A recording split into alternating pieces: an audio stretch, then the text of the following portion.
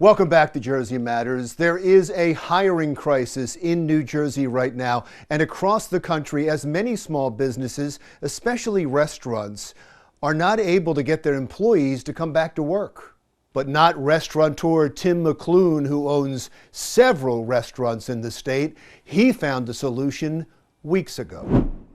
Thanks so much for spending time with us today. You're getting a lot of media about raising your wages to $15 an hour at your restaurants. First of all, explain to us who gets the $15 an hour, because I understand it's not all employees. And sure, it's all for the non-tipped people. Okay. So the servers, the bartenders, they have nothing to do with this. What we were trying to do a few months ago, I determined we went to $13 an hour, and it really had nothing to do with what now has developed to be a labor shortage. And so what I was going to do was go to $14 an hour in May. And then when we hit June and we were in a more substantial business part of the year, so I thought we could absorb it, we would go to 15 because I felt 15's coming anyway. And as it turned out, it ended up being probably a good thing to do just because the labor market seems to be, shrinking. So, but my real goal with it was that, we received governmental support through the PPP program. And a lot of times people keep hearing the letters PPP and they don't realize it's Payroll Protection Program. And I just really felt that the least well compensated people in our company who work arguably as hard, if not harder than anybody else. And I'm talking about the people that clean the building, the people that work back in the kitchen, the dishwashers, the prep cooks, many of whom have families, who also had the complication of if they had families that maybe one of them had to stay home, they couldn't have dual incomes anymore because the kids couldn't go to school. It just seemed that, there's that saying about trickle down economies, and it seems like nothing ever actually trickles down. Well, we thought in this particular case, maybe we could trickle down some of the money and help support the least supported people in our company who we so desperately depend upon. And that's not just back of the house in the kitchen, that's also the hosts. We ask, it's mostly young women, but we also have young men that do it. And what do we ask of them? We ask them to show up on time, be nicely dressed, be able to handle yourself on the phone and on a computer, stay organized throughout a busy evening, and then deal with irate customers every once in a while who get in your face. And for that, we're going to pay you $12 an hour. It just didn't seem right. And meanwhile, some of these people were also saying they were getting $20 an hour to babysit. So it just seemed like it was the right moment to do it. And so I decided, let's not wait any longer. Let's just go to 15. There's a lot of businesses that are complaining they can't get staff to come back and they can't find people to hire because they're making more to stay at home and collect unemployment. That had nothing to do with your decision? Not at all. And I kind of resent that, not from you, from people that are saying that. I think they're demonizing a certain section of the labor force, and that's true. A lot of them, I think, I shouldn't say even a lot. I think a good proportion of people have decided, hey, listen, I'm getting that supplemental $300 and I can stay here. I don't really have to work. I don't have something I really want to do. So I'll do it. There's a percentage of that, but it's a much bigger picture. The labor market is being chipped away at by the ones that I mentioned, like even something as simple as babysitting. But there's also a tremendous amount of construction going on right now, at least in our area. So there's people working construction that make more money doing that. There's people who are working on people's lawns. I've never seen so many lawn companies in my life as I see now. So, and everybody, the racetrack's open. I mean, it's just, there's a lot of people competing for that market. Also, colleges I have two kids still in college and they're not home yet, and they're not coming home for a few more weeks. Normally they would have been coming home in about a week, and we would be deluged with college kids looking for summer employment. We're not getting that yet. We're getting some of it, obviously. The only thing that's saving us is that we've been around for 33 years and we have a core of employees who stay with us. And I'd like to think it's because they're treated well. They could work at any number of places, but they choose us. And that goes beyond money, certainly. But I mean, we did everything we could. I use the expression, perhaps with you too, that back in a year ago, March, when the big close down came, it was as if we had 12 restaurants burned to the ground and we had no insurance. It was the same effect that all of a sudden they're all closed. So how big of a hit was that? I'm sorry? How big of a hit was that for you financially? It was to the point where I think I actually suffered a little bit from trauma, that I struggled to think clearly and make positive decisions for about 2 weeks after that. I think it was almost the same effect as if you had a big fire that burned everything down. It took me a while, and I've got a wonderful office, the people that help my wife and I run our company, and everybody was kind of cheerleading each other, and then we got into the fight, and all right, let's try that to-go thing. We were terrible at to-go in the beginning. One of my highlights of my professional life was I was actually out on Ocean Avenue in front of our restaurant, the Rum Runner in Seabright, hawking beverages. We were doing anything we could.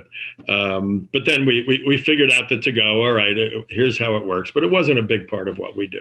People come to us for full service.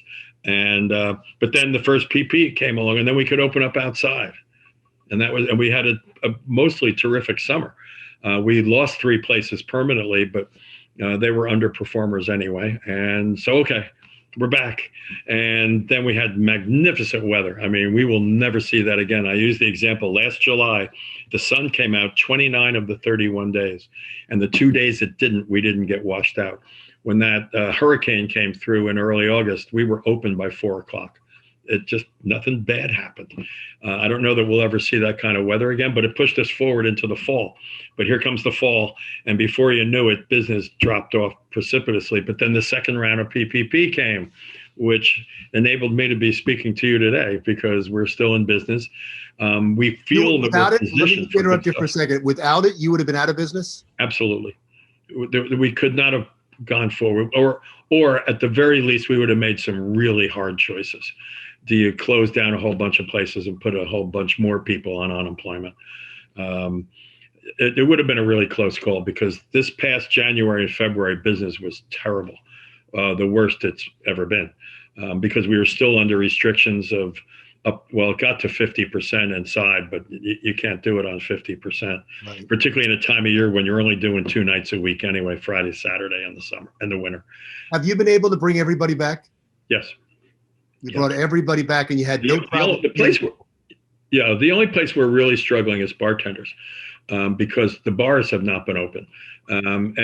We have a new kind of economy model here, restaurant going model, where I think over the last 10 years, people have really gotten fond of the idea of having dinner sitting at a bar.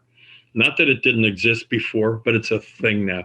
I went into a place in New York with my daughter who lives there 4 or 5 years ago. And I walk into the place, and they had a very long bar, a beautiful place. And all the bar seats were set up with a placemat and silver and a napkin and a water glass. They were set up for dinner. Now, I didn't have the nerve to do something like that because some of our customers might come in and think, well, if you're not having dinner, you're not allowed to sit here. But it showed me that there was a change going on, that they were all set. No, the people that sit at the bar are eating dinner.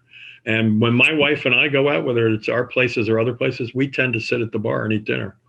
It was interesting what you told me before we even started recording. You said that people got the wrong impression of what you were doing from some of the articles that were written. And it was actually the servers who came to you and said, you have to correct this. Explain why. Yeah, thank you for pointing it out. One of the articles came out with a picture of a server, of a young woman serving food.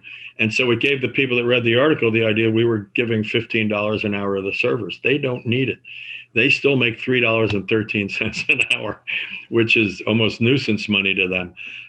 The public in general has been extraordinarily generous to the server staff, and as a way of supporting, just being supportive of restaurants. And they would have no way of knowing that that money doesn't go anywhere. We are not allowed by law to share that money with anyone else in the building. Non-tip people cannot supplement. I'm sorry, tip people cannot supplement non-tip people. And there's a good reason for that, because a restaurant might say, all right, to a server, give us 20% of whatever you get, and I'm going to pay that to the kitchen, so I don't have to pay the kitchen, so it's totally illegal. But the thought was, and then our servers were worried that the public is going to think, well, they're getting $15 an hour now. I don't have to tip them so well as I was doing. Just give them a couple of bucks. They're doing great. Not true. This money is we're raising the floor for all of the people in the building who have not been able to share in the money that we got through PPP or what the servers are getting through generous tipping. They were not able to share in any of that. And so we thought it was time to do that. I'm not trying to be this do-gooder necessarily, but I do feel that, we tell people all the time, particularly in our industry, we're in the happy industry, we're in the hospitality. Hey, thank you for coming. We're so happy to have you here. Well, our employees have to feel that too. If they don't feel that they're valued and to some extent taken care of properly, then what are we doing?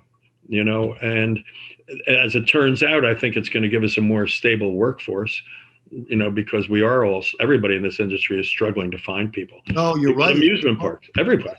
Yeah, I was just going to say it's actually smart business because we're hearing from so many restaurant owners and other businesses too. Can't get people to come back. You don't seem to have that problem. So well, we have a little bit of it. I'd be lying if I didn't say that.